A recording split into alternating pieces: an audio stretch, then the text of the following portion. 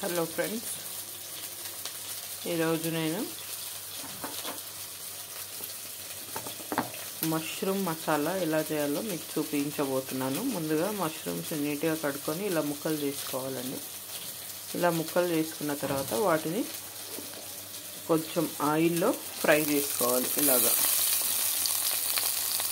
ఇదిగోండి, ఇలాగా ఫ్రై చేసుకోవాలి కొద్దిగా.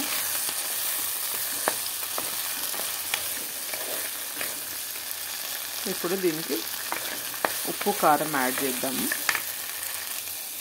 ఇదిగోండి, నేను 1 టీ స్పూన్ ఉప్పు, 1 టీ స్పూన్ కారం, 1 టీ స్పూన్ ధనియాల పొడి యాడ్ చేశాను. ఇవి కొద్దిసేపు ఫ్రై చేసుకుంటే చాలు, ఎందుకంటే మరీ ఎక్కువ ఫ్రై చేసుకుంటే ఇవి మొత్తం ప్రెస్ అయిపోయి దగ్గరికి అయిపోయి కర్రీలో అసలు కనిపించకుండా పోతాయి.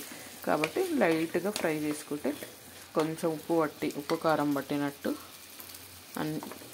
వీటికి మష్రూమ్స్కి పట్టినట్టు అనిపించగానే తీసేసుకోవచ్చు. ఇందులో ఇట్లా వాటర్ లాగా ఉంది కదా, ఇట్లా వాటర్ కాకుండా మొత్తం దీనికి పట్టినట్టుగా అనిపించినప్పుడు తీసేసుకోవచ్చు.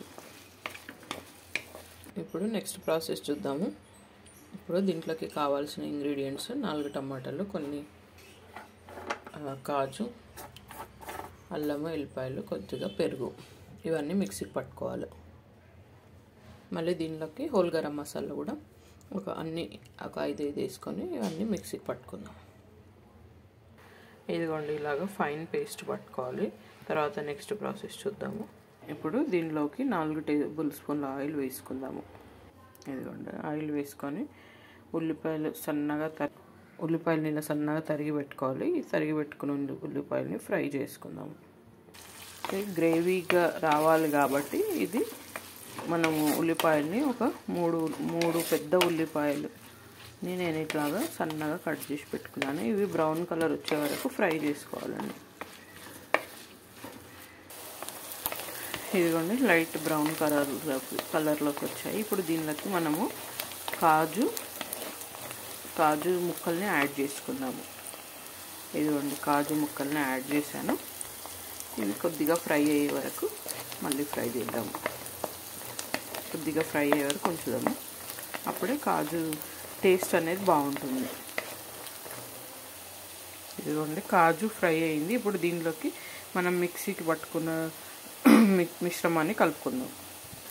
ఇదిగోండి, ఇప్పుడు మంచిగా మిక్స్ చేసుకుందాము.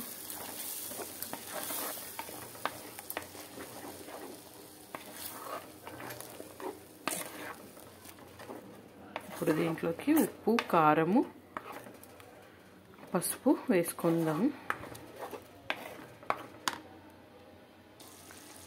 ఇదిగోండి, ఉప్పు, కారము, పసుపు. మనం ఆల్రెడీ మష్రూమ్స్ ఉప్పు కారము వేసుకొని ఫ్రై చేసుకున్నాం కదా, సో దానికి తగినంత వేసుకోవాలి దీంట్లోకి ఉప్పు కారము. చూడండి, ఇప్పుడు మనం ముందుగా ఫ్రై చేసి పెట్టుకున్న మష్రూమ్ ఇందులో వేసుకుందాం.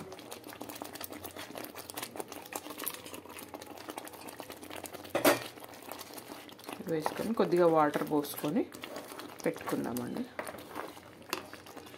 ఇప్పుడు దీనిలోకి ఒక 4-5 పచ్చిమిరపకాయలు, కొత్తిమీర యాడ్ చేసుకుందాము. ఇదిగోండి, కొత్తిమీర, పచ్చిమిర్చి అండ్ కొంచెము మెంతి కూర కూడా యాడ్ చేసుకున్నాను నేను. కొంతమంది కసూరి మేతి కూడా వేస్తారు, నేను మెంతి కూర వేసుకున్నాను. ఇప్పుడు ఇది బాగా కలుపుకొని ఒకసారి ఉప్పు కారం సరిపోయినాయా లేవో టేస్ట్ చూసుకొని కావాల్స్తే మళ్ళీ కలుపుకోవాలి. ఇప్పుడు సైడ్లకు నూనె వచ్చేంత వరకు దీన్ని ఉడికించుకోవాలండి. అదంతా ఉడికిన తర్వాత ఒకసారి ధనియాల పొడి వేసి ఒక 5 మినిట్స్ పెట్టుకొని దింపేస్తే సరిపోతుంది. ఇప్పుడు దీనిలోకి 1 టీ స్పూన్ షుగర్ యాడ్ చేయాలండి. షుగర్ యాడ్ చేస్తే కర్రీ కొద్దిగా స్వీట్గా బాగుంటుంది. మనం దాబాలో, రెస్టారెంట్లో కొద్దిగా మనకు స్వీట్నెస్ వస్తుంది కదా కర్రీ టేస్ట్ చేసేటప్పుడు. 1 చెంచా చక్కెర వేస్తే, టీ స్పూన్ వేస్తే చాలా బాగుంటుంది. ఇలా కలుపుకొని మీకు చివర్లో మళ్ళీ చూపిస్తాను. మొత్తం కర్రీ అయిన తర్వాత దీంట్లోకి కర్రీ మొత్తం అయిన తర్వాత ధనియాల పొడి యాడ్ చేసుకొని ఆ తర్వాత 1 టీ స్పూను కొంచెము నెయ్యి కూడా యాడ్ చేసుకోవాలండి. ఫ్లేవర్ బాగా ఉంటుంది. ఇదిగోండి బాగా ఉడికిపోయింది, సైడ్కి ఆయిల్ అంతా తేలుతుంది. ఇప్పుడు దీంట్లోకి ఒక 2 స్పూన్లు ధనియాల పొడి అండ్ నెయ్యి యాడ్ చేసుకుందాం. ఇదిగోండి 2 స్పూన్లు ధనియాల పొడి అండ్ నెయ్యి.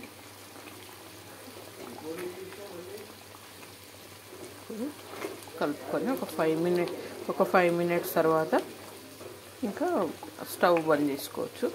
ఇప్పుడు ఉప్పు కారం చూసుకొని ఏమైనా తక్కువ ఉంటే కలుపుకోండి. నేను ఇంకా కొద్దిగా గ్రేవీ చిక్కగా అనిపించి కొద్దిగా వాటర్ పోసుకొని మసలు పెట్టుకున్నాను.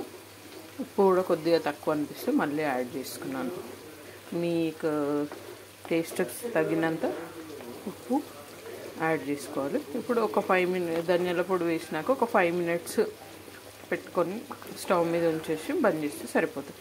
ఇది రైస్లోకి బాగుంటుంది, చపాతీలోకి అండ్ వెజ్ పులావ్లోకి. ఇప్పుడు నేను కార్తీక మాసం కాబట్టి నాన్ వెజ్ తినం కదా, అందుకని సండే రోజు ఇట్లా మష్రూమ్ గ్రేవీ కర్రీ అండ్ ఇదిగోండి ఇక్కడ వెజ్ పులావ్ కూడా చేస్తున్నాను.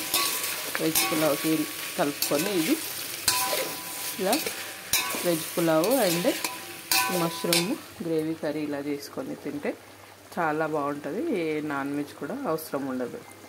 ఓకేనా? ఒక 5 మినిట్స్ ఉంచేసి బంద్ చేస్తాము. Thanks for watching. మీరు కూడా ట్రై చేసి ఎలా కుదిరిందో కామెంట్లో చెప్పండి.